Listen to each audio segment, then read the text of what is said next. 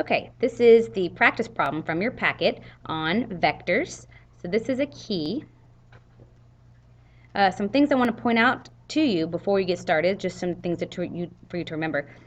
Whenever you are drawing your vectors, you need to make sure that A is your long side and B is your short side. If that's the case, then A will also be your adjacent side and B will be your opposite side. And when we're solving for the resultant vectors, then also remember that our theta that we're solving is always big B. It's angle big B. Okay, so it's always going to be the angle that is opposite from the short side. That's how we detect when we are finding the displacement of our vector. That's what we mean. We're trying to find the magnitude and we're trying to find the direction. The direction is going to be the vector. Okay, so just remember, always draw your long side first. So a bird flies due south for the winter at a velocity of 13.5 meters per second. The bird experiences a wind which blows due east. Okay, so that one's my longest, so I'm going to draw my south 13.5 meters per second, and then the wind blows east 5.4 meters per second. So my vector is going to go that direction. And we know this is our right angle right there, and this is our theta. So theta is going to be up there, that's our B. I can go ahead and fill this in if I want to. The direction that my vector is going to be going is going to be short of long. Another thing we need to know about our resultant velocity, this right here is going to be your magnitude. So your hypotenuse, same thing as your magnitude, and this is the in degrees, this is the angle, this is your theta, how far off of the normal direction that you were actually going. So in this case, I can pretty much tell you that I'm going to find the resultant velocity is going to be a squared plus b squared equals c squared. So for my A, it's always going to be long, right? So we have 13.5 squared plus 5.4 squared equals c squared. And from that, you should get and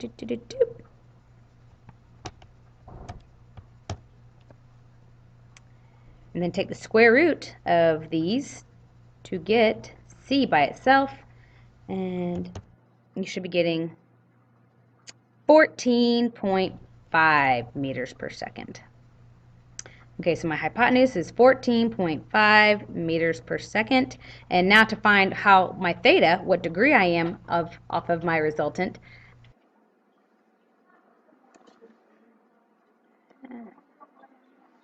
Okay, sorry about that. We need to find look at our sides that we have. We know we have, from our theta right here, we know we have, this one's right here, by the way, opposite, and we have our adjacent. So we have our B and we have our A. So we know we can use tan of B over A. Remember, B is our short side, A is our long side. So tan inverse of 5.4 over 13.5. I'm going to plug it in like that. And we should get, I'm going to round it to the 10th place there, 21.8. Remember, short of long. What is my direction short? It is east of my long is south, east of south. That's what you should have gotten there. Oh, there's that in the way. Okay, so number 2. A plane flying to Minnesota with a velocity of 450 kilometers per hour north, and let's see, my other one is, that's going to be my longest. Plane encounters a crosswind with a velocity of 25 kilometers per hour west. So I'm going 450 north, or kilometers per hour north, and my crosswind is taking me 25 kilometers per hour west. So what is my resultant velocity? My resultant velocity is that I'm going to be going, let's see what my magnitude is. First of all, I've got to find my c, my hypotenuse. A squared plus b squared equals c squared. So 450 squared plus 25 squared equals c squared. Might as well do this all the way out for you this time. So that gives you c squared is this ginormous number. But I'm not done. I can't leave it like that. I got to take the square root of both sides. I didn't do this for the previous problem. I felt badly for you, so I decided to do it for this problem. Okay, so c by itself, after I do that, is 450.7 kilometers per hour. So I know the magnitude of this resultant vector, but do I know the direction? I can find the direction. Let's go over here and see. Where is my big B? Theta's up here because it's opposite of my little b down here. So I can still use, lucky me, tan inverse of b over a, which is tan inverse of short over long, 25 over 450. Okay, so now here we should have 3.2. I had a little typo. Went ahead and did number 3 for you. The main thing to look for there is that your newtons are not your direction. That is your unit. So let's move on to number 4. Okay, number 4. A football player is hit from behind. Y'all let me know if you have any questions on number 3. I'm just kind of throwing it up there for you to look at because it's pretty much the same. Honestly, so is number 4. I don't think there's anything tricky about number 4 for you. It's getting redundant, but why don't I go ahead and at least just throw it up there really fast for you. Football player hit from behind.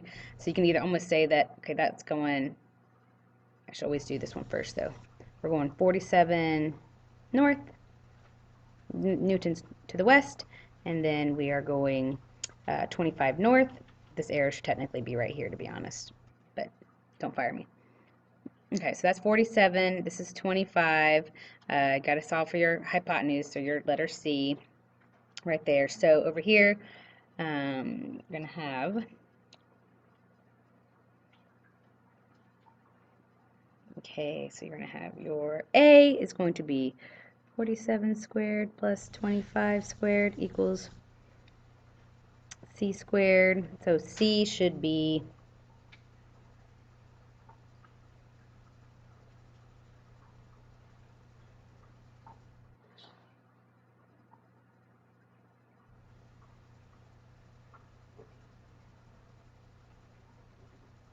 okay, tan inverse of B over A, 25. I'm taking off the training wheels now, just popping it in there.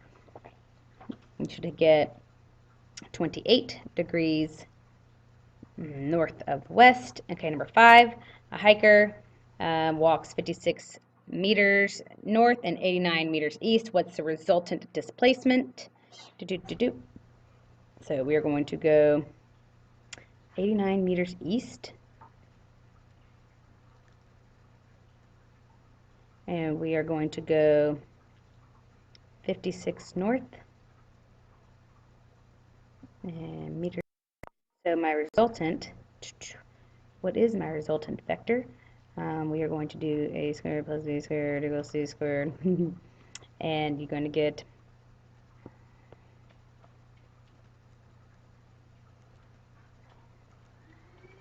okay, we should have C equals 105.15 and tan inverse of B over A, so in other words of 56 over 89 gives us 32.2 degrees north of east. I just realized that I just printed something out that isn't identical to yours, so let me slide that out of the way because number 6 is a trickier one.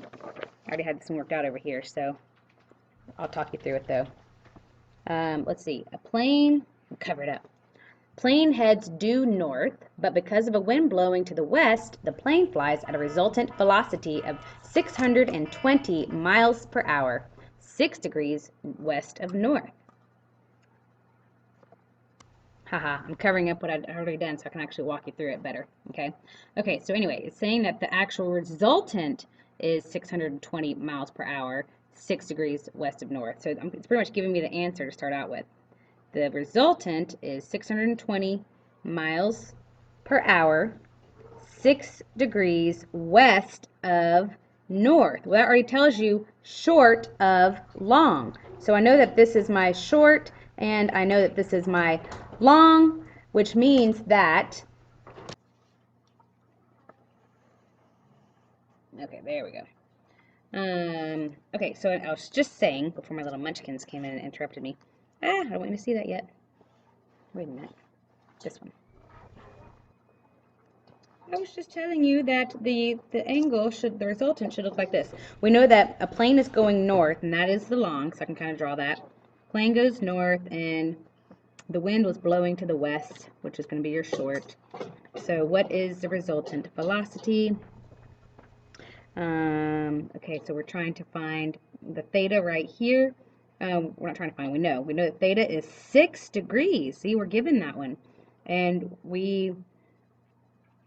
what's the velocity of the wind? We know wind is the going west direction. So our unknown, that one kind of took you a minute to probably figure out, wait, what is my unknown? Is my unknown B or is my unknown A? Well, I know we're given 6 degrees, and I drew it this way because I'm even told that we were going north, and then we were blown off a little bit by the wind, which is west, and west is short. So west is my B, and my unknown is my B. So I have my resultant velocity is, I was told, 620 miles per hour. And so let's look at the information that we have now. I know I've got my theta. I need to know my opposite, and I definitely know my hypotenuse. So think O and H.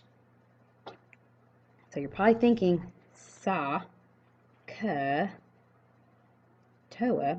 So yay, I must have to use sine on this one. Remember what I told you, I know the angle here. If I know the angle, I don't have to do the inverse. You only use the inverse when it's the angle that is your unknown. So I'm going to say sine of 6 equals opposite over hypotenuse equals B over 620.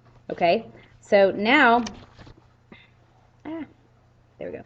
So now I am just going to plug this, and by the way, this goes together, okay? So that goes together, and so I'm going to multiply both sides by 620. Multiply, to get B by itself. So B should be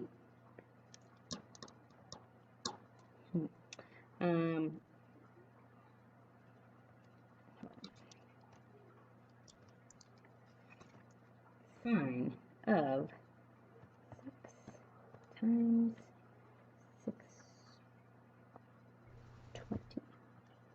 Did you get B is equal to 64.8 miles per hour? Is that what you got? Because that's what you should have gotten. Whee! That is the velocity of the wind. Okay, so more often than not, you're going to end up using tan inverse, because more often than not, we tell you the components. We don't tell you the resultant vector. 6 was unique. 6 was unique because it's asking for it gives you, the resultant velocity. Normally, we don't give you the resultant and make you work backwards, but this is why this was a unique practice problem. So let me know if you have any questions.